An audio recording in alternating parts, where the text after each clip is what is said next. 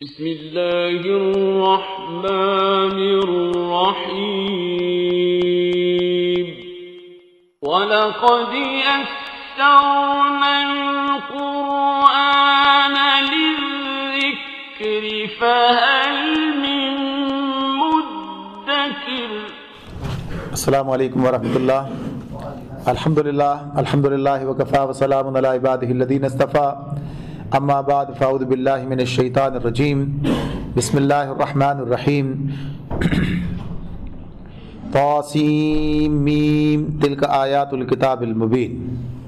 سورہ قصص کا آغاز ہوا ہے۔ سورہ قصص بھی مکی سورت ہے اور اس کا یہ نام اسی بنیاد پر ہے کہ وہ سورہ جس میں قصص کا نام آیا ہے۔ ایسے لغت کے اعتبار سے قصص کے معنی ترتیب وار واقعات کے ہیں، اور اس میں بھی اللہ رب العالمین نے حضرت موسیٰ علیہ السلام کا واقعہ مفصل بیان کیا ہے۔ یہ بات پہلے آپ کے سامنے آ چکی ہے کہ سورہ شعراء، سورہ نمل اور سورہ قصص یہ کے بعد دیگرے نازل ہوئی ہیں، یعنی ان تینوں صورتوں کا زمانہ نزول قریب قریب ہے۔ اور اس میں ان تینوں صورتوں کے اندر یہ بھی ہے کہ اس موسیٰ علیہ السلام کا قصہ اس کے اندر بیان کیا گیا ہے، اور گویا کہیے کہ یہ تینوں صورتیں مل کر موسیٰ علیہ السلام کے واقعے کو مکمل بیان کر دیتی ہیں، اس کی تکمیل کرتی ہیں۔ بنیادی طور پر اس صورت کا موضوع ان شبہات و اعتراضات کو رفع کرنا ہے جو اس وقت مشرکین مکہ نبی اکرم صلی اللہ علیہ وسلم کی رسالت کے بارے میں اٹھا رہے تھے، اور ایمان لانے کے حوالے سے جو عذرات پیش کرتے تھے اور شبہات، ان سب کو اس میں رد کیا گیا ہے۔ اس میں پہلے موسیٰ علیہ السلام کا قصہ بیان کیا گیا ہے، اور جو لوگ ان حالات کو اپنے سامنے رکھیں یا جو لوگ ان حالات کے اندر موجود تھے، ان کے سامنے جب یہ قصہ بیان ہو رہا تھا تو یہ واضح طور پر سامعین کے ذہن نشین کئی باتیں کر رہا تھا، یعنی وہ خود ماحول کا جو اثر تھا وہ اس میں جو باتیں آ رہی ہیں وہ ان پر منطبق کرتا چلا جاتا، لوگ محسوس کر رہے تھے کہ یہ قصہ جس میں بیان کیا گیا ہے اس کو بیان کرنے کی غرض کیا ہے، اور یہ کہ حالات کیسے اس وقت کے حالات کے مطابق ہیں، اور جو باتیں سے بتائی جا رہی ہیں وہ کیسے ان پر منطبق ہوتی ہیں۔ تو اس میں جو چند چیزیں سامنے آتی ہیں اس میں پہلی بات یہ ہے کہ اللہ رب العالمین یہ بات موسیٰ علیہ السلام کے قصے سے ان کے سامنے رکھتا ہے کہ جو کام اللہ کرنا چاہتا ہے وہ غیر محسوس طریقے سے اسباب و ذرائع اس کے لیے فراہم کر دیتا ہے، اور بالآخر وہ کام انجام پاتا ہے۔ یعنی اس طرح سے موسیٰ علیہ السلام کا فرعون کے گھر میں پلنا، یعنی اس اعتبار سے فرعون جو ہے وہ خود ہی بنی اسرائیل کے بچوں کو قتل کر رہا ہے، اور وہ ان کے معاملے میں وہ کہیے کہ اس حوالے سے فکر مند ہے کہ ان کی تعداد نہ بڑھنے پائے، اور وہ ان کے سے خطرہ محسوس کرتا ہے، لیکن جس سے خطرہ اصل ہونا چاہیے تھا وہی ان کے گھر میں خود پل کر جوان ہوا ہے۔ دوسرے یہ تو اللہ کی مشیت ہے جس کے تحت اس نے کام کیا ہے، یہ کس طریقے سے اپنا کام انجام دیتا ہے اور کوئی اس کا مقابلہ نہیں کر سکتا۔ دوسری بات اس کے اندر یہ بات آتی ہے، اس سے پہلے بھی یہ بات بیان کی گئی تھی سورہ طٰہٰ کے جب بات آئی تھی سامنے، اس میں کہ اللہ رب العالمین جب کسی کو نبی بناتے ہیں تو اس کے لیے کسی پہلے سے اعلان کرنے کی اور کوئی اس کے لیے استقبالیہ اور کوئی جشن اور کوئی ایسی چیز جو ہے کوئی بھاری بھرکم اعلان، یہ سب کام نہیں ہوتے، بلکہ اللہ رب العالمین جب چاہتے ہیں خاموشی کے ساتھ جسے نبی بنانا چاہتے ہیں بنا دیتے ہیں۔ مشرکین مکہ جو ہے اسی بات پر اعتراض کر رہے تھے کہ نبی اکرم صلی اللہ علیہ وسلم بیٹھے بٹھائے ایک دم انہوں نے نبی ہونے کا اعلان کر دیا، یہ کہاں سے ہو گیا؟ تو اب بتایا جا رہا ہے کہ موسیٰ علیہ السلام جن کو تم مانتے ہو، جن کے بارے میں ذکر بھی کرتے ہو کہ انہیں نبی اکرم صلی اللہ علیہ وسلم کے بارے میں کہ انہیں وہ چیزیں نہیں ملی جو موسیٰ علیہ السلام کو معجزات ملے تھے، تو خود موسیٰ علیہ السلام کے بارے میں دیکھو کہ انہیں نبوت کیسے دی گئی، راہ چلتے انہیں جو ہے نبی بنا دیا گیا، بلا لیا گیا، اور وادی مقدس طویٰ میں انہیں وہ نبوت انہیں دی گئی۔ تو یہاں بھی اس صورت میں بھی اس کا ذکر کیا گیا ہے۔ تیسری بات یہ کہ جب اللہ تعالیٰ کوئی کام کسی سے لینا چاہتے ہیں تو پھر اسے تنہا اس طرح سے اس کام پر لگا دیتے ہیں، بھیج دیتے ہیں، جیسے موسیٰ علیہ السلام کو فرعون کے دربار میں بھیجا ہے، کوئی لال لشکر ان کے ساتھ میں نہیں کیا ہے۔ اور پھر ساتھ ہی ساتھ یہ بات بھی دیکھنے کی ہے کہ فرعون کے مقابلے میں موسیٰ علیہ السلام کے پاس کوئی طاقت نہیں ہے، اور فرعون کتنا طاقتور ہے، اس کے پاس ایک سلطنت ہے اور کتنی قوت اس کے پاس ہے، لیکن بالآخر نتیجہ کیا نکلا؟ فرعون ہار گیا، یعنی فرعون ہلاک بھی ہو گیا، اور موسیٰ علیہ السلام جو ہے جیت بھی گئے، اور وہی باقی رہے اس کے بعد۔ تو یہاں پر یہ بات بھی ہے کہ ان کے مقابلے میں یعنی فرعون کے مقابلے میں تمہاری کیا حیثیت ہے؟ کچھ بھی نہیں ہے، یعنی اس جیسی طاقت اس کے پاس تھی، تو جب وہ ناکام ہو گیا رسول کے مقابلے میں تو تم کیسے کامیاب ہو سکتے ہو؟ تو یہ چیزیں اس کے اندر جو ہے بتائی جا رہی ہیں کہ دیکھو یہ قصہ تمہیں کیا کیا باتیں سنا رہا ہے اور کیا کیا باتیں بتاتا ہے۔ اس کے بعد 5ویں رکوع سے پھر دوسرا موضوع شروع ہو جاتا ہے اور اس میں پھر براہ راست اسی موضوع پر کہ یہ جو شبہات پیش کر رہے تھے حضرات، یہ جو اعتراضات کرتے تھے، ان کے جوابات جو ہیں وہ دیے گئے ہیں۔ آتے ہیں سورت کی طرف۔ طاسیم میم، یہ کتاب مبین کی آیات ہیں۔ طاسیم میم تلک آیات الکتاب المبین، تو یہ طاسیم میم یہ حروف مقطعات ہی ہیں، اور اس کے بعد کہا کہ یہ کتاب مبین کی آیات ہیں۔ مبین کے بارے میں بھی آپ کئی مرتبہ یہ بات پڑھ چکے دیکھ چکے ہیں، یعنی بہت واضح، جس میں کوئی چیز کوئی ابہام نہیں ہے اور اپنی بات کھول کر اپنا مدعا کھول کر بیان کرنے والی ہے۔ فرمایا کہ ہم موسیٰ نتلو علیک من نبأ موسیٰ و فرعون بالحق لقوم یؤمنون، ہم موسیٰ اور فرعون کا کچھ حال تو ٹھیک ٹھیک تمہیں سناتے ہیں ایسے لوگوں کے فائدے کے لیے جو ایمان لائے۔ اب یہاں پر اللہ رب العالمین یہ موسیٰ علیہ السلام کا براہ راست واقعہ شروع کرتے ہیں، لیکن ساتھ ہی بات یہاں پر کیا کہتے ہیں کہ ہم یہ قصہ تمہیں سناتے ہیں، یہ خبر نبأ موسیٰ و فرعون بالحق، ٹھیک ٹھیک صحیح طریقے اس کے مطابق جو اس کا مقصد ہے اس میں تمہارے سامنے آئے گا، لیکن اس کا فائدہ کون حاصل کرے گا؟ لقوم یؤمنون، وہ لوگ جو ایمان لاتے ہیں، ایمان لانا چاہتے ہیں، جو ایمان لائیں ان کے بارے میں یہ بات ہے۔ جو لوگ سنجیدگی اختیار نہیں کرتے، بات سننے کے لیے تیاری نہیں ہے، ان کے لیے یہ کوئی مفید نہیں ہوتا۔ باتیں ان کے سامنے آتی ہیں لیکن وہ باتوں سے وہ نتیجہ نہیں نکال پاتے۔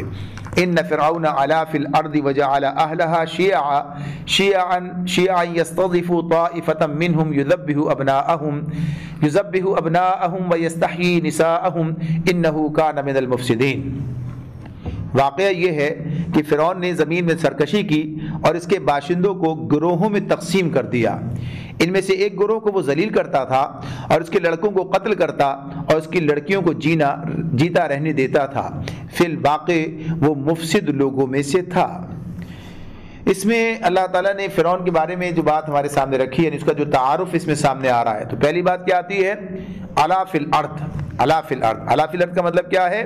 یعنی زمین میں سر اٹھانا، جیسے کہتے ہیں نا اس نے بڑا سر اٹھا رکھا ہے، تو یہ گویا کہ یہ کہ سرکشی اس سے مراد ہے، کہ سرکشی جو ہے اس نے اختیار کی ہوئی ہے، باغیانہ روش اختیار کی ہے، بجائے بندگی اختیار کرنے کے خود ہی خدا بننے کی کوشش میں لگا ہوا ہے اور ظالم و جابر بنا ہوا ہے۔ تو اس اعتبار سے اس کی پہلی بات تو یہ بتائی کہ یہ اللہ کے مقابلے میں سرکش ہے اور لوگوں کے ساتھ بھی ظلم و ستم کا رویہ اس نے اپنا رکھا ہے، اختیار کر رکھا ہے۔ پھر اس ظلم و ستم کے حوالے سے جو بات یہاں اب ایک سرکش جو ریاست ہے اور اس کا جو حکمران ہے اس کی کیفیت جو ہے یہاں پر ہمارے سامنے آ رہی ہے۔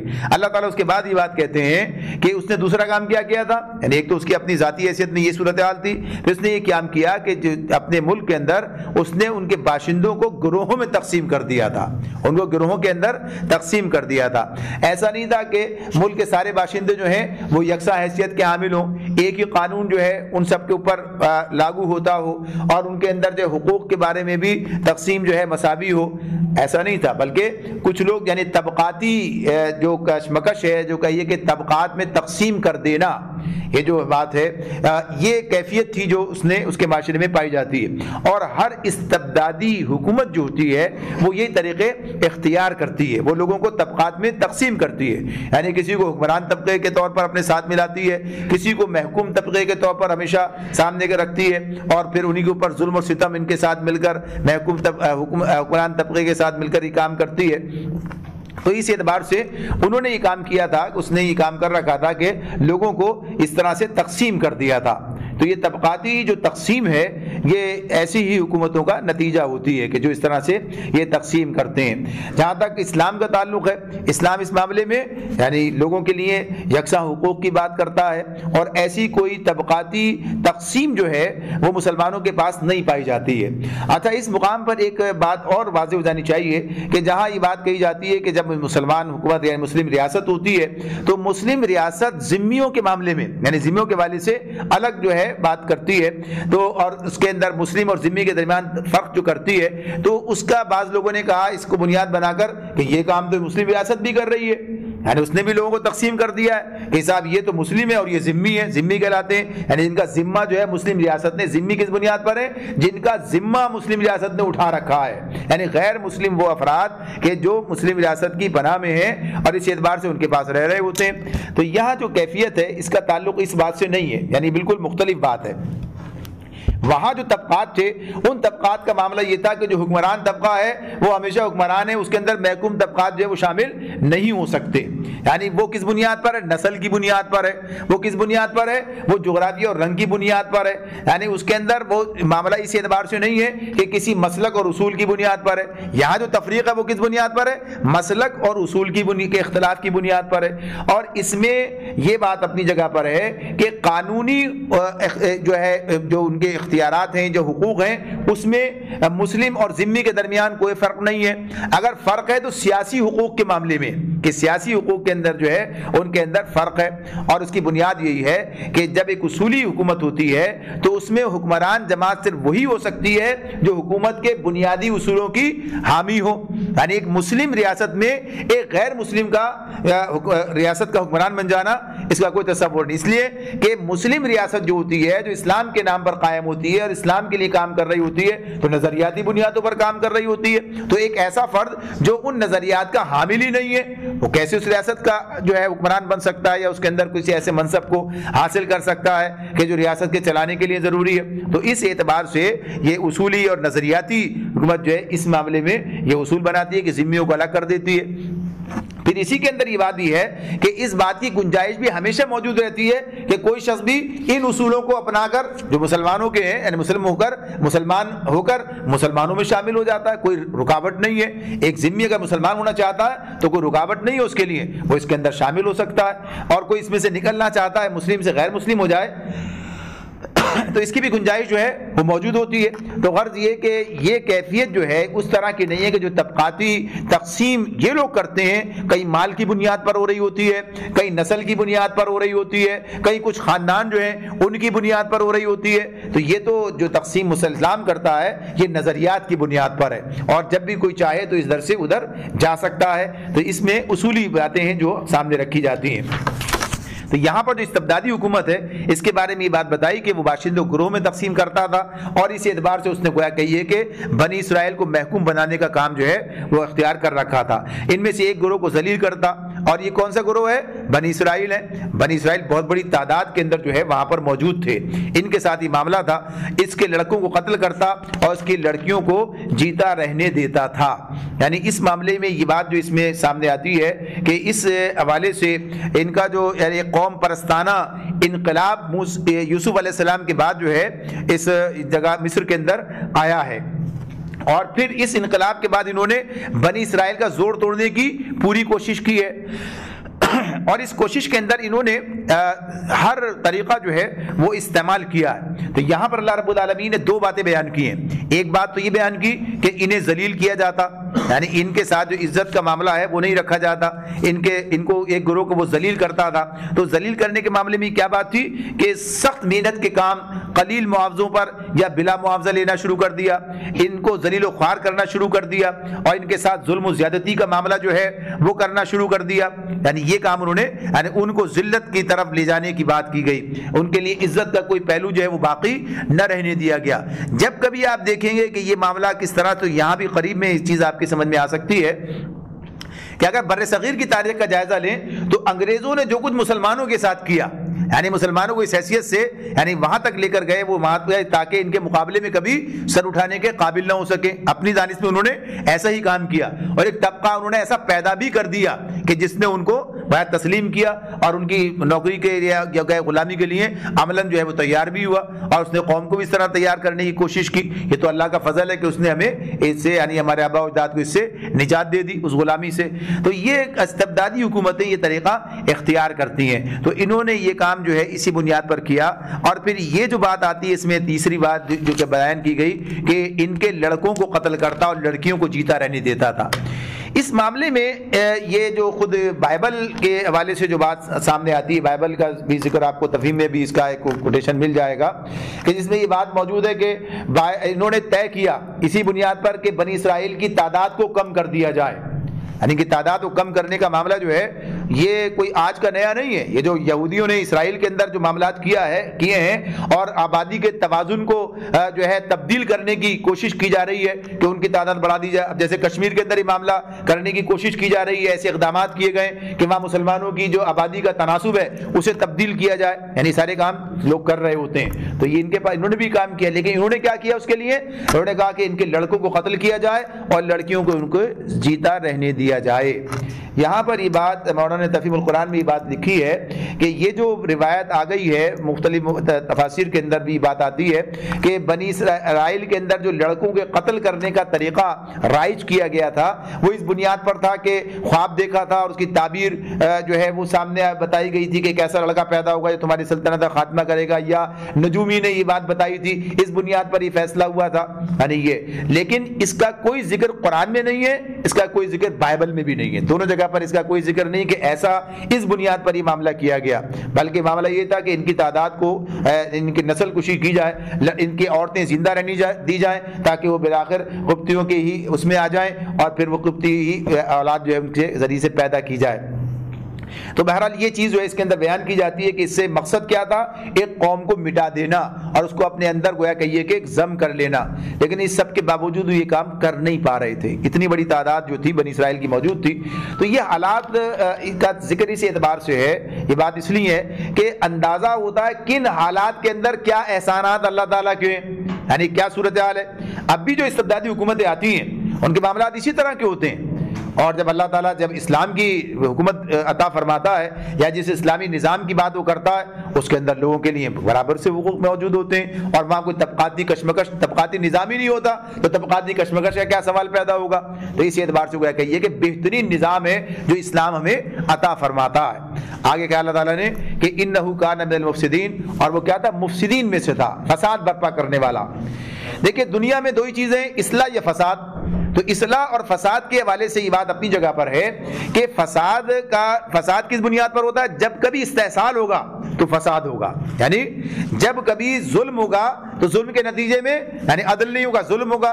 یعنی استحصال کسے کہتے ہیں؟ ظلمی کو کہتے ہیں. یعنی جب کسی کو اس کا حق نہ دیا جائے اور اس کا نتیجہ کیا نکلے گا؟ فساد کی صورت میں وہ نتیجہ سامنے آ جائے گا. تو یہ اس اعتبار سے گویا کہ سیاسی اصولوں کے طور پر بھی یہ بات ہمارے سامنے آ جاتی ہے کہ یہ فساد کا معاملہ کس طرح سے انجام پاتا ہے. تو وہ مفسدین میں سے تھا. اللہ تعالیٰ فرماتے ہیں وَنُرِيدُ أَن نَّمُنَّ عَلَى الَّذِينَ اسْتُضْعِفُوا فِي الْأَرْضِ وَنَجْعَلَهُمْ أَئِمَّةً وَنَجْعَلَهُمُ الْوَارِثِينَ. فرمایا اور ہم یہ ارادہ رکھتے تھے کہ مہربانی کریں ان لوگوں پر جو زمین میں ذلیل کر کے رکھے گئے تھے اور انہیں پیشوا بنا دیں اور انہی کو وارث بنائیں.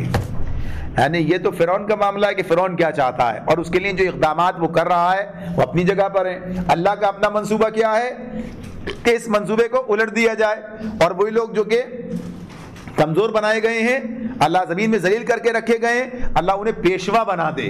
یعنی سوچنے کی بات ہے یہ, یعنی بنی اسرائیل کے معاملے میں کہ جو آج مظلوم, جو کہیے کہ مقہور ہیں, مجبور ہیں, جو آج غلام ہیں, کل انہی کو اللہ تعالیٰ جو ہے پیشوا بنا دے, یعنی انہیں کو قیادت جو ہے وہ فراہم کر دے. اور ہوا بھی یہی, صورتحال بھی اسی طرح سامنے آتی ہے. تو اللہ تعالیٰ جب کوئی کام کرنا چاہتے ہیں تو وہ انجام دیتے ہیں. اور فرعون کے ساتھ یہ معاملہ کس بنیاد پہ کیا گیا کہ ظلم کر رہا تھا, ظلم کا خاتمہ, اور ظالم کا یہی انجام ہوتا ہے. تو اس اعتبار سے اللہ تعالیٰ کا یہ منصوبہ تو فرمایا کہ ہم نے چاہا کہ انہی کو وارث بنائیں. وَنُمَكِّنَ لَهُمْ فِي الْأَرْضِ وَنُرِيَ فِرْعَوْنَ وَحَامَانَ وَجُنُودَهُمَا مِنْهُمْ مَا كَانُوا يَحْذَرُونَ, اور زمین میں ان کو اقتدار بخشیں اور ان سے فرعون و حامان اور ان کے لشکروں کو وہی کچھ دکھلا دیں جس کا انہیں ڈر تھا. یعنی کیا ڈر تھا انہیں کہ ایک دن یہ پھر سے ان کی حکومت کا خاتمہ کر سکتے ہیں. ایسا نہ ہو کہ معاملہ جو ہے اس اعتبار سے پھر سے ان کے پاس جو ہے اختیار و اقتدار آ جائے اپنی قوت کے بلبوتے پر, اپنی تعداد کے بلبوتے پر. تو یہ سب کچھ انہوں نے چاہا تھا لیکن کوئی نتیجہ نکال نہ سکے. اب اللہ تعالیٰ براہ راست موسیٰ علیہ السلام کے حصے پر آ جاتے ہیں. وَأَوْحَيْنَا إِلَىٰ أُمِّ مُوسَىٰ أَنْ أَرْضِعِيهِ فَإِذَا خِفْتِ عَلَيْهِ فَأَلْقِيهِ فِي الْيَمِّ وَلَا تَخَافِي وَلَا تَحْزَنِي إِنَّا رَادُّوهُ إِلَيْكِ وَجَاعِلُوهُ مِنَ الْمُرْسَلِينَ. ہم نے موسیٰ کی ماں کو اشارہ کیا کہ اس کو دودھ پلا, جب تجھے اس کی جان کا خطرہ ہو تو اسے دریا میں ڈال دے اور کچھ خوف و غم نہ کر، ہم اسے تیرے ہی پاس واپس لے آئیں گے اور اس کو پیغمبروں میں شامل کریں گے۔ یعنی اس معاملے میں کہ اب یہ ظاہر بنی اسرائیل کے لیے قانون موجود تھا کہ ان کے لڑکوں کو قتل کیا جائے، ان کے لڑکوں کو قتل کیا جائے۔ تو اس معاملے میں یہ بات اللہ تعالیٰ بیان فرما رہے ہیں کہ جب یہ موسیٰ علیہ السلام کی پیدائش ہوئی ہے تو اللہ تعالیٰ نے ان کی ماں کو اشارہ کیا۔ دوسرے مقامات پر یہ بات آتی ہے کہ وہی، تو وہی سے مراد کیا ہے؟ یعنی ایک ایسا اشارہ کیا گیا، ایسی بات الہام کی گئی، ڈالی گئی ان کے دل میں کہ وہ یہ کام کریں۔ تو اس میں یہ بات بتائی کہ اللہ تعالیٰ نے ان سے کہا کہ یہ کام کیا، یعنی دودھ پلایا جائے اس وقت تک جب تک کہ حالات تمہارے حق میں رہیں، یعنی تمہیں یہ اندیشہ نہ ہو کہ اس کی خطرہ پیدا ہو جائے، پتہ چل جائے گا۔ جب ایسا ہو تو پھر انہیں دریا میں ڈال دو، یعنی انہیں جو ہے کسی گہوارے میں لٹا کر انہوں نے یہی کام کیا بھی، اور اسے جو ہے انہوں نے اس طرح سے بنایا تابوت، اور اس کو جو ہے اس کو لیپ کر اور اس میں رال سے اس طرح سے کہ پانی اس کے اندر نہ جائے، اور اس میں لٹا کر جو ہے پھر اسے دریا نیل میں ڈال دیا گیا۔ تو اللہ رب العالمین نے اسے پھر وہاں پہنچایا۔ تو فرمایا کہ ساتھ ہی ساتھ اللہ تعالیٰ جب یہ بات کہہ رہے ہیں کہ ایسا کام کرنا، اسی وقت انہیں یہ بھی بتا رہے ہیں کہ اس کا نتیجہ کیا نکلے گا؟ اس کا نتیجہ یہ نکلے گا کہ ہم اسے تیرے ہی پاس واپس لائیں گے۔ پہلی بات اللہ تعالیٰ کیا وعدہ کر رہے ہیں؟ ابھی تو معاملہ شروع بھی نہیں ہوا ہے، ابھی تو ڈالیں گی۔ بھابھی کیا کہا کہ کچھ خوف اور غم نہ کر، ہم اسے تیرے ہی پاس واپس لے آئیں گے۔ یعنی یہ اللہ کا اپنا فیصلہ ہے، اللہ کا انتظام ہے۔ اور دوسری بات کیا بتا دی؟ اس کو پیغمبروں میں شامل کریں گے، یعنی اس کو اتنا قدر و منزلت نہیں، اس مقام تک پہنچے گا، اتنی عمر پائے گا، ساری باتیں وہ کہیے کہ اللہ نے اسی مرحلے میں ان کے سامنے رکھ دی ہیں۔ تو یہ بات کہی جاتی ہے کہ 3 مہینے تک جو ہے وہ کہ یہ اپنے گھر میں اپنی ماں کے پاس رہے، لیکن جب انہیں اندازہ ہو گیا کہ اب بات کھل جائے گی تو پھر انہیں پھر وہی طریقہ اختیار کیا کہ جو بتایا گیا تھا کہ انہیں جو ہے یہ بچے ایک تابوت میں رکھ کر دریا میں ڈال دے۔ سورۃ طٰہٰ میں بات آئی ہے سامنے، تو اسی طرح سے انہوں نے یہ کام کیا کہ اسے چکنی مٹی اور رال سے لیپ کر محفوظ کر دیا، پھر اس موسیٰ کو لٹا کر دریائے نیل میں ڈال دیا۔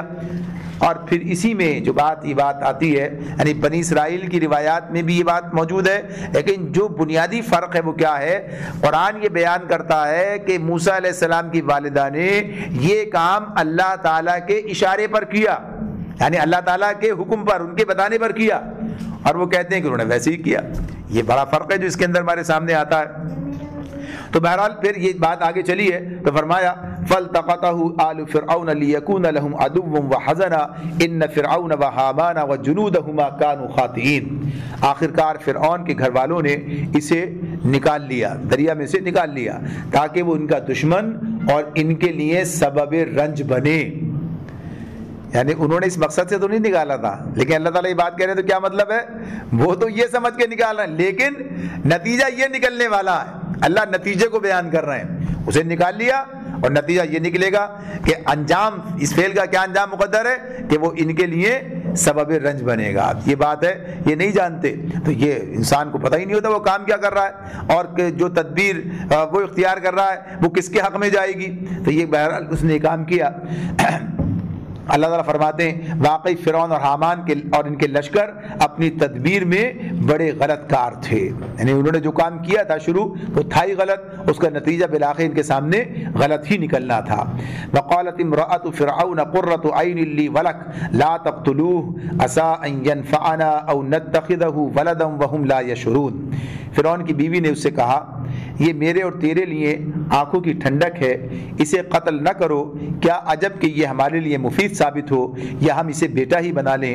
اور وہ انجام سے بے خبر تھے، انہیں پتہ نہیں تھا نتیجہ کیا نکلے گا۔ بنیادی طور پر بات یہ ہے کہ اس میں یہ بات، یہ جو ابھی 2 باتیں آپ کے سامنے آئی ہیں اس حوالے سے کہ لڑکوں کے قتل کرنے کے معاملے میں، ایک تو وہی بات جو عام طور پر نقل ہو گئی ہے کہ اس کے کہا گیا کہ ایک ایسا لڑکا بنی اسرائیل میں پیدا ہوگا جو یہ کام کرے گا، اور ایک یہ بات کہ ان کی طاقت کو کم کرنا ہے۔ 2 چیزیں ہیں اس کے اندر۔ اب اگر یہ بات تو طے تھی، انہیں معلوم تھا کہ یہ لڑکا جو ہے، یہ جو بچہ ہے، یہ بنی اسرائیل میں سے ہی کسی کا بچہ ہے، اس لیے کہ انہی کے قتل کا معاملہ چل رہا تھا، تو کسی نے جب تک پالا جب دیکھا خطرہ ہے تو اسے دریا میں ڈال دیا، شاید جان بچ جائے، اور آ بھی اسی طرف سے رہا ہے، تو یہ تو اندازہ تھا کہ یہ بنی اسرائیل میں سے ہی کسی کا بچہ ہے، اور اسی بنیاد پر قتل کرنے کے درپے میں بھی ہوا کہ اسے قتل کر دیا جائے۔ لیکن اس موقع پہ اس کی بیوی جو آڑے آئی ہے اور آ کر اس نے کہا، یہ بات کہی ہے کہ یہ جو ہے اسے اپنا بیٹا بنا لیں، یہ ہماری آنکھوں کی ٹھنڈک بن جائے، اسے قتل نہ کرو۔ یعنی اس معاملے میں ورنہ اگر خطرہ اس میں زیادہ بات یہ رہتی ہے، زیادہ بات اس میں یہ سمجھ میں آتی ہے کہ پہلے والی بات جو ہے کہ طاقت کمزور کرنا، ورنہ تو پتہ نہیں یہی لڑکا نہ ہو، اگر صرف کسی ایک ہی لڑکے کا مسئلہ ہے تو وہ تو کوئی بھی ہو سکتا ہے، لیکن جب طاقت کا معاملہ ہے تو کیا کہیں گے، ایک لڑکے سے کون سی طاقت بڑھی جاتی ہے؟ یعنی اگر ایک کو بچا لیا جائے اور جب ہم اپنے پاس رکھ لیں اور ہمارے درمیان ہی پل بڑھ کر جوان ہوگا تو ہماری کام آئے گا، یہ ہمارے لیے آنکھوں کی ٹھنڈک ہے۔ تو اس اعتبار سے اس نے بات کی، انہوں نے بات کی اور فرعون نے اس بات کو مان لیا اور انہیں گویا کہیے کہ جیتا رہنے دیا، اور پھر وہ معاملہ آگے چلا۔ تو فرمایا وَأَصْبَحَ فُؤَادُ أُمِّ مُوسَى فَارِغًا إِنْ كَادَتْ لَتُبْدِي بِهِ لَوْلَا أَن رَّبَطْنَا عَلَىٰ قَلْبِهَا لِتَكُونَ مِنَ الْمُؤْمِنِينَ۔ ادھر موسیٰ کی ماں کا دل اڑا جا رہا تھا، وہ اس کا راز فاش کر بیٹھتی اگر ہم اس کی ڈھارس نہ بنا دیتے تاکہ وہ ہمارے وعدے پر ایمان لانے والوں میں سے ہو۔ اب یہ دیکھیے کہ اللہ تعالیٰ نے بات تو کر دی تھی، بتا دیا تھا ایسا ہوگا، لیکن ظاہر سی بات ہے کہ جو بھی طریقہ تھا، الہام تھا، جو بھی اللہ نے اس طرح سے کیا تھا، لیکن بیٹا جب ہاتھ سے نکل کے وہاں ڈالا گیا ہے تو ماں کا جو دل ہوتا ہے، تو اللہ تعالیٰ یہ کہتے ہیں کہ وہ اس کا راز، یعنی اس طرح سے ان کی کیفیت یہ تھی کہ پتہ چل جاتا کہ ان کا بیٹا ہے۔ جب ہائے واویلا ہوتا اس معاملے میں تو اللہ کہتے ہیں کہ ہم نے اس کی ڈھارس بندھائی اس معاملے میں تاکہ وہ جو ہے اطمینان سے رہے اور ایسا نہ ہو کہ وہ جو اپنا راز خود ہی فاش کر بیٹھے۔ تو اس اعتبار سے اللہ تعالیٰ کا یہ انتظام ان کے لیے رہا۔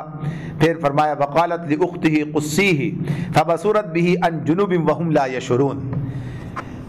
موسیٰ علیہ السلام کی والدہ نے اس بچے کی بہن سے یعنی اپنی بیٹی سے کہا تھا کہ اس کے پیچھے پیچھے جا، چنانچہ وہ الگ سے اس کو اس طرح دیکھتی رہی کہ دوسروں کو یعنی دشمنوں کو اس کا پتہ نہ چلا۔ اس نے کنارے پہ چلتے چلتے نظر رکھی، اسے اندازہ ہو گیا کہ یہ محل والوں نے اس کو اٹھا لیا ہے، نکال لیا، یعنی اسے پتہ چل گیا۔ پھر آگے کی بات ہے وحرمنا علیہ المراضع من قبل فقالت هل ادلکم علی اہل بیت یکفلونہ لکم وہم لہ ناصحون۔ اور ہم نے بچے پر پہلے ہی دودھ پلانے والوں کی چھاتیاں حرام کر رکھی تھیں۔ یہ حالت دیکھ کر اس لڑکی نے ان سے کہا میں تمہیں ایسے گھر کا پتہ بتاؤں جس کے لوگ اس کی پرورش کا ذمہ لیں اور خیر خواہی کے ساتھ اس کو رکھیں۔ یعنی اب یہ اللہ کا انتظام ہے، اللہ کیسے اسباب بناتے ہیں اور کیسے چیزیں اس کے مطابق بنتی چلی جاتی ہیں۔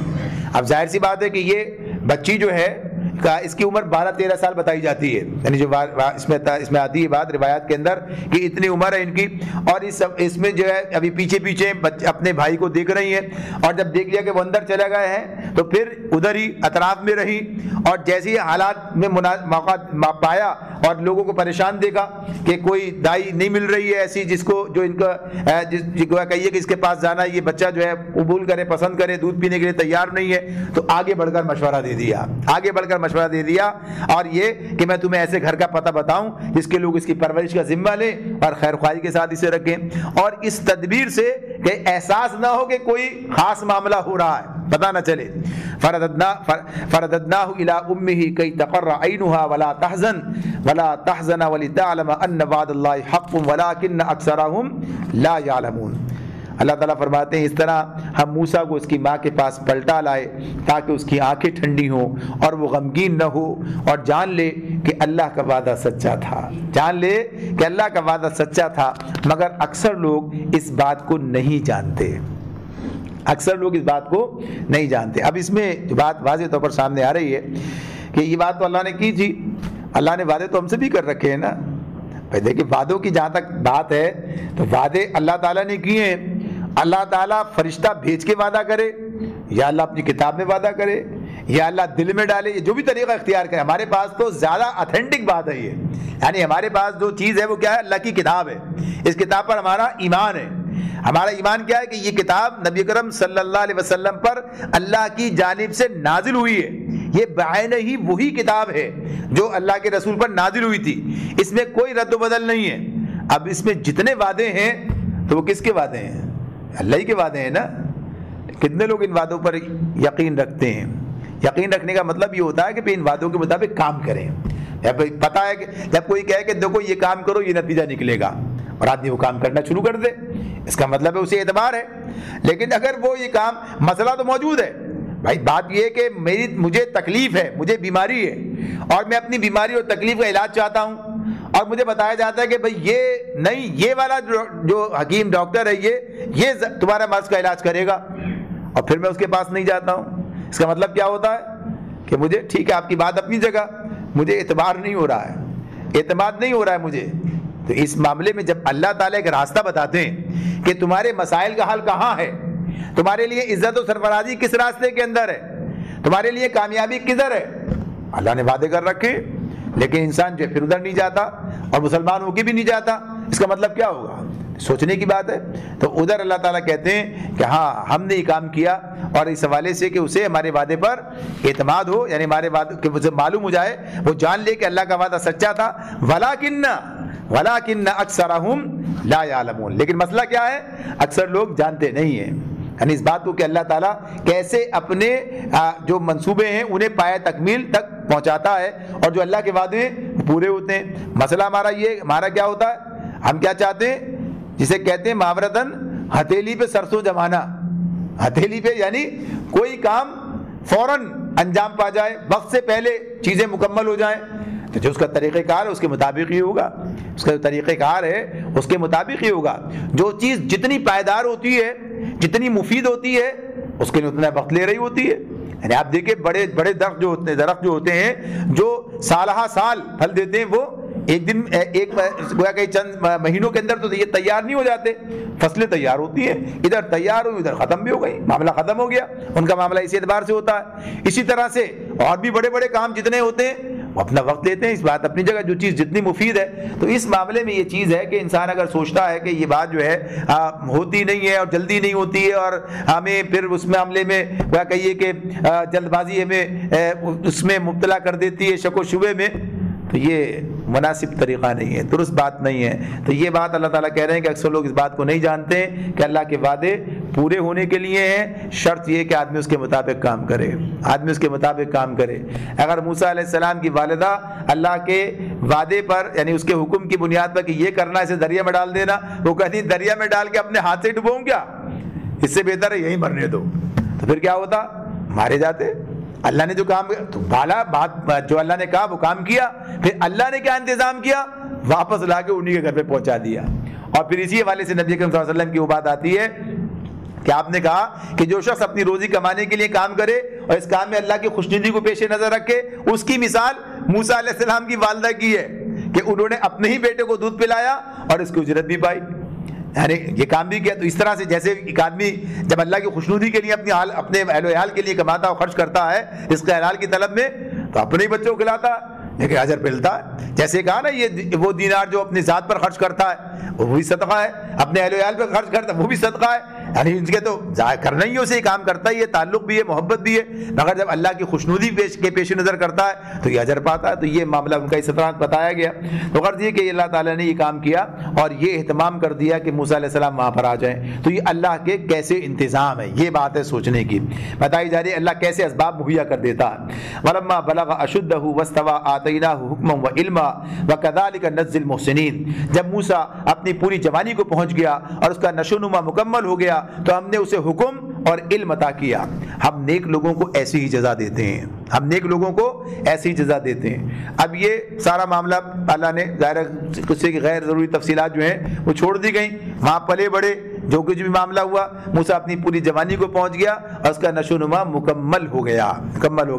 اس پر ہی بعض لوگوں نے بات کی ہے. وَلَمَّا بَلَغَ أَشُدَّهُ وَاسْتَوَىٰ. بلغ اشدہ ایک لفظ ہے اور استوا الگ لفظ ہے. یعنی اشدہ اپنی پوری طاقت کو پہنچ گیا، اس پر استوا یعنی اس پر قائم ہو گیا، قائم رہا. تو کہا جاتا ہے اس میں سورہ اعقاف میں ایک آیت ہمارے سامنے آئے گی، اس میں کہا تھا بلغ 40 سنہ، یعنی جب 40 سال کی عمر کو پہنچا. اور پھر اس وقت جو ہے بلغ اشدہ و بلغ 40 سنہ، دونوں الفاظ بلغ اشدہ و بلغ 40 سنہ، جب اپنی پوری طاقت کو پہنچ گیا اور 40 سال کا ہو گیا. یعنی یہ قرآن سے یہ بات جو ہے، یعنی آدمی کی طاقت، اس کے یعنی جو جوانی کی عمر ہے، طاقت اپنی جب اس کی صلاحیتیں بڑھتی ہیں. تو اس میں بعض لوگوں نے اس طرح بھی کہا ہے، مفسرین نے بات کی ہے کہ یہ اس کی جو عمر کے حوالے سے کہ 33 سال تک جو ہے انسان کا نشوونما ہوتا ہے اور 40 سال تک وہ استوا یعنی اس پر قائم رہتا ہے اور اس کے بعد پھر اس کا وہ کہیے کمزوری کا معاملہ شروع ہوتا ہے. تو یہ اپنے اس وہاں پر استوا جو ہے وہ 33 سے 40 سال، اور یہ لوگوں کے اپنے انداز ہیں، اس کا کوئی قرآن سے اس کے ساتھ تعلق نہیں. لیکن یہ بات ہے کہ یہ اس حوالے وہاں پر اللہ نے کہا ہے حتی اذا بلغ اشدہ وبلغ 40 سنہ، یہاں تک کہ وہ اپنی پوری قوت کو پہنچا اور 40 سال کا ہو گیا، وہاں پر ہے. تو یہ اصل میں اس بات کے بیان کرنے کا مقصد کیا ہے؟ اس عمر کی قدر کرو، اس عمر کی قدر کرو، یہ ڈھلتے دیر نہیں لگتی ہے. یعنی جو آدمی ان عمروں کے اندر ہوتا ہے، یعنی اسے احساس ہی نہیں ہوتا یہ تو کھیلنے کودنے کے دن ہے، یہ تو کھیلنے کودنے کے دن اگر ضائع کر دیا، یہ جو توانی کا اصل زمانہ ہے ضائع کر دیا کھیل کود میں، تو آگے تو پھر نیچے کی طرف جانے والا معاملہ آ رہا ہے. تو یہاں پر بہرحال یہ ضمناً بات آ گئی. تو کہا کہ جب موسیٰ اپنی پوری جوانی کو پہنچ گیا اور اس کا نشو نما مکمل ہو گیا تو ہم نے اسے حکم اور علم عطا کیا. اچھا، یہاں بھی بعض مفسرین نے کہا کہ یہ حکم اور علم کیا ہے؟ یہ نبوتی ہے. لیکن ظاہر سی بات ہے پورا قرآن کی کئی باتیں ہمارے سامنے، یہ نبوت تو انہیں کہاں ملی ہے؟ جب وہ گئے وہاں پر، یعنی وادی مقدس سے طوا میں گئے وہاں پر ملی ہے، اور جب مدین سے واپس آ رہے تھے. تو یہاں پر اس سے حکم اور علم سے مراد نبوت نہیں ہے، یعنی اس مقام پر نہیں ہے. اس مقام پر تو اس سے مراد کیا ہے؟ حکم سے مراد حکمت ہے، دانائی ہے، فہم و فراست ہے، قوت فیصلہ ہے، یعنی یہ ہے. اور پھر چونکہ اس کے پاس رہے تھے وہاں پر، اس کے فرعون کے پاس بادشاہ کے محل میں رہے تھے، تو پھر جو دینی علوم تھے، جو دنیاوی علوم جو زمانے کے تھے، وہ بھی انہیں حاصل کرنے کا موقع ملا. تو یہ چیزیں انہیں حاصل ہوئی. اور نبوت بعض اوقات اس سے حکم اور علم سے نبوت ہی مراد لی گئی ہے. بہت سے کئی مقامات ایسے قرآن مجید میں آتے ہیں، لیکن چونکہ ان کے معاملے میں ہمیں یہ بتایا گیا کہ الگ یہ مرحلہ جو ہے ان کے سامنے آیا اس موقع پر ہوا، تو یہاں اس سے مراد عام حکم اور علم کی بات ہو گئی. اور پھر کہا کہ محسنین کو ایسا ہی بدلہ دیا کرتے ہیں، یعنی نیک لوگوں کے لیے. اب ظاہر سی بات ہے کہ جو ان کا نشو نما جس طرح سے چلے، اور جو بات ہے یہ اب جو اولاد ہے بنی اسرائیل ہیں، ان کے والد کے بعد ان کا خاندان یعنی دیندار لوگ ہیں، اس حوالے سے تو اللہ نے یہ سب کچھ عطا کیا. وَدَخَلَ الْمَدِينَةَ عَلَى حِينِ غَفْلَةٍ مِّنْ أَهْلِهَا فَوَجَدَ فِيهَا رَجُلَيْنِ يَقْتَتِلَانِ هَذَا مِنْ شِيعَتِهِ وَهَذَا مِنْ عَدُوِّهِ فاستغاثه الذي من شيعته على الذي من عدوه فوكزه موسى فقضى عليه قال هذا من عمل الشيطان انه عدو مضل مبين. ایک روز وہ شہر میں ایسے وقت میں داخل ہوا جبکہ اہل شہر غفلت میں تھے. وہاں اس نے دیکھا کہ دو آدمی لڑ رہے ہیں، ایک اس کی اپنی قوم کا تھا اور دوسرا اس کی دشمن قوم سے تعلق رکھتا تھا. اس کی قوم کے آدمی نے دشمن قوم والے کے خلاف اسے مدد کے لیے پکارا. موسیٰ نے اس کو ایک گھوسا مارا اور اس کا کام تمام کر دیا. یہ حرکت سرزد ہوتے ہی موسیٰ علیہ السلام نے کہا یہ شیطان کی کار فرمائی ہے، وہ سخت دشمن اور کھلا گمراہ کن ہے. اب یہ شہر میں داخل ہوئے. اب شہر میں کہاں سے داخل ہوئے؟ شہر سے باہر نہیں نکلے، شہر میں آئے تو باہر سے آئے. اب اس کے اوپر بھی کئی چیزیں آ جاتی ہیں سامنے. یعنی بعض لوگوں نے تو اس کو کہا کہ یہ انہوں نے جب حکم اور نبوت مل گئی تو پھر انہوں نے کام شروع کر دیا، اور ان کے کہنے سننے سے کچھ لوگ ادھر آئے بھی، تو اس پر جو ہے اس نے فرعون نے انہیں گھر سے نکالنے کی بات کی. پہلے قتل کر دینے کا معاملہ کیا، پھر کہا کہ جب انہوں نے بیچ میں پڑ گئی پھر ان کی فرعون کی بیوی، تو پھر جو ہے چھوڑ دیا اور کہا جو ہے شہر سے نکال دیا. پھر کبھی کبھی آتے تھے. ایک کس طرح کی بات کہی جاتی ہے. اور دوسری بات یہ ہے کہ جو محلات تھے وہ گویا کہیے کہ شہر سے باہر کی طرف تھے، لہذا وہاں سے نکل کر جب شہر میں داخل ہوتے تو اس طرح کی بات ہے یہ. اور یہ زیادہ قرین قیاس معلوم ہوتی ہے، اور یہ باتیں ساری سامنے آتی ہیں، اس لیے کہ جو نبوت کا معاملہ ہے وہ بالکل الگ مقام پر ہے. جب اس کو ادھر ملا لیتے ہیں تو پھر بہت سی چیزوں کی توجیہ کرنی پڑتی ہے. تو یہاں پر یہ بات ہے کہ وہ جب باہر اپنے وہاں سے نکل کر شہر میں داخل ہو رہے تھے تو دیکھا کہ دو آدمی لڑ رہے ہیں، بات سیدھی صاف سے سی ہے. اور پھر اس میں جب ان کے اپنے قوم کے آدمی نے انہیں مدد کے لیے پکارا تو وہ اس کی مدد کے لیے گئے، اور پھر اس آدمی کو جو مخالف دشمن قوم کا تھا گھوسا مارا ہے، اور پھر اس کا نتیجہ یہ نکلا کہ وہ مر گیا ہے. اس میں اس انداز سے جملہ آ رہا ہے کہ اس کا کام تمام کر دیا. تو یہ کام تمام نہیں کیا بلکہ یوں کہیے کہ گھوسا مارا اور پھر وہ مر گیا. اس میں جو چیز ہمارے سامنے آتی ہے اس میں جو موسیٰ علیہ السلام نے جب اس کے مدد کرنے کے لیے گئے تو یہ جو قضا کا لفظ آتا ہے یہ چانٹے اور گھوسے دونوں کے لیے آتا ہے. تو اس میں اسی لیے اس کا ترجمہ یہاں گھوسا کیا گیا کہ زیادہ زور کا اسی سے مرنے کی بات بھی یہاں تک بات پہنچ گئی ہے. تو یہ ان کے پیش نظر تو نہیں تھا کہ اسے مارنا چاہتے تھے.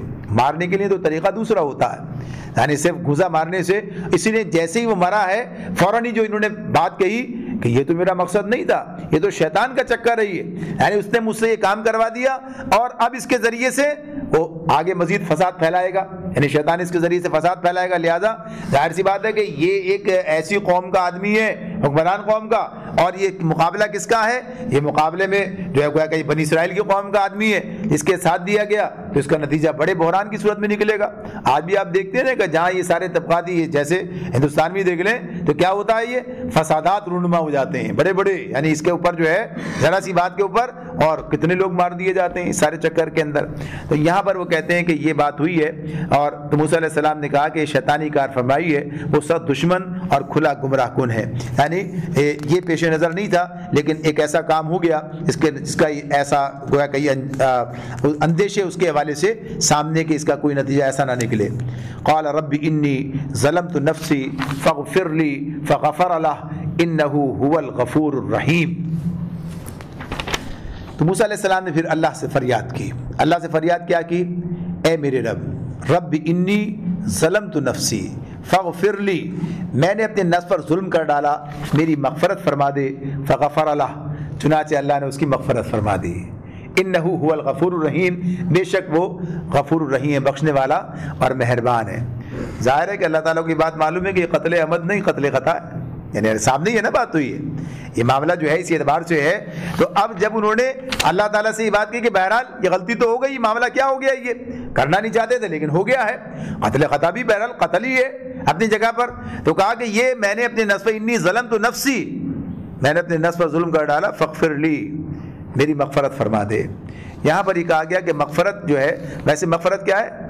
پردہ ڈالنا، یعنی جو ہے اس کو ڈھانک لینا، اصل میں ڈھانک لینا، اللہ اپنی رحمت سے ڈھانک لیتا ہے اور معاملہ ختم ہو جاتا ہے۔ تو اسی لیے اس کو یہاں پر اس مقام پر دو معنوں میں استعمال کیا گیا ہے کہ ایک طرف تو یہ کہ مجھے جو گناہ ہو گیا ہے سرزد، بظاہر بات اسی طرح ہے، یہ معاف بھی کر دے اور میرا پردہ بھی رکھ لے، یعنی اس معاملے میں کہ اب یہ ظاہر بات کھلے گی تو بات کہاں سے کہاں پہنچ جائے گی۔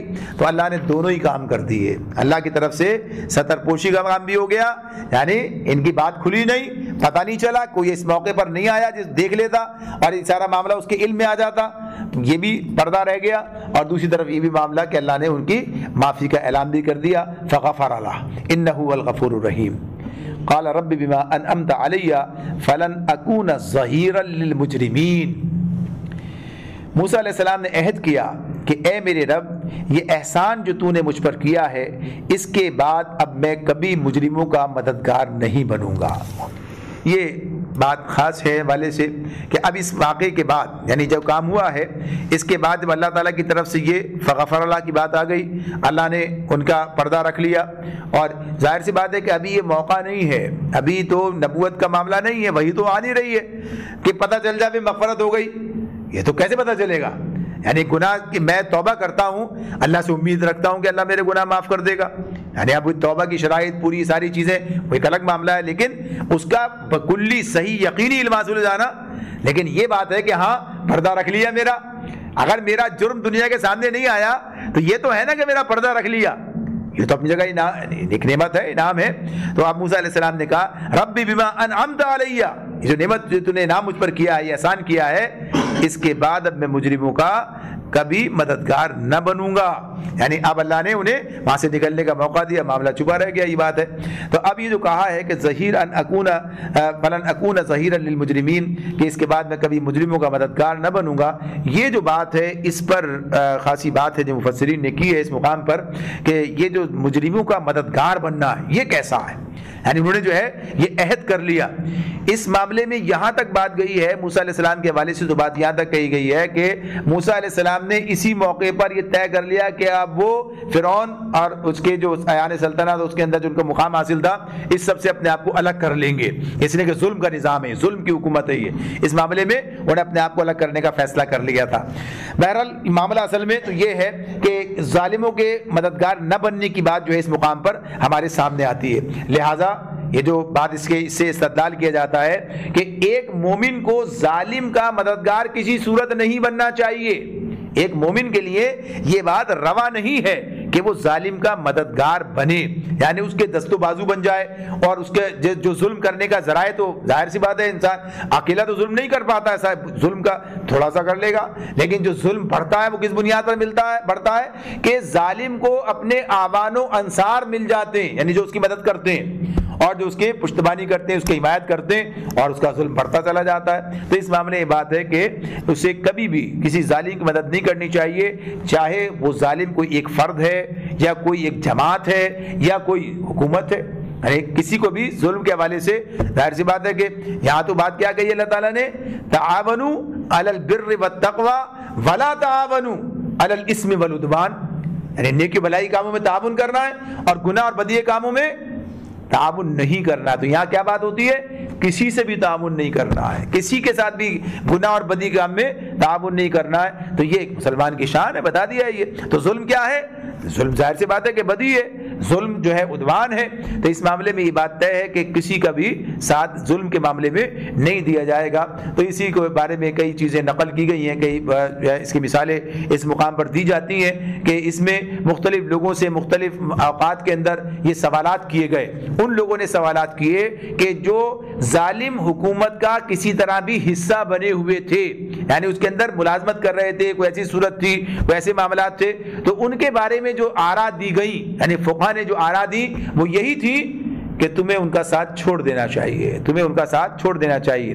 اور یہ بات اپنی جگہ ہے، یہ بات اپنی جگہ پر ہے کہ اگر ہر فرد یہ طے کر لے کہ وہ ظالم کا مددگار نہیں بنے گا تو ظلم کا خاتمہ ہو جائے گا۔ ظالم کو کوئی اپنی حمایت میں، یعنی کوئی حمایت نہیں ملے گی، کوئی اسے مددگار نہیں ملے گا، تو نتیجہ کیا نکلے گا؟ ظلم کا خاتمہ ہو جائے گا۔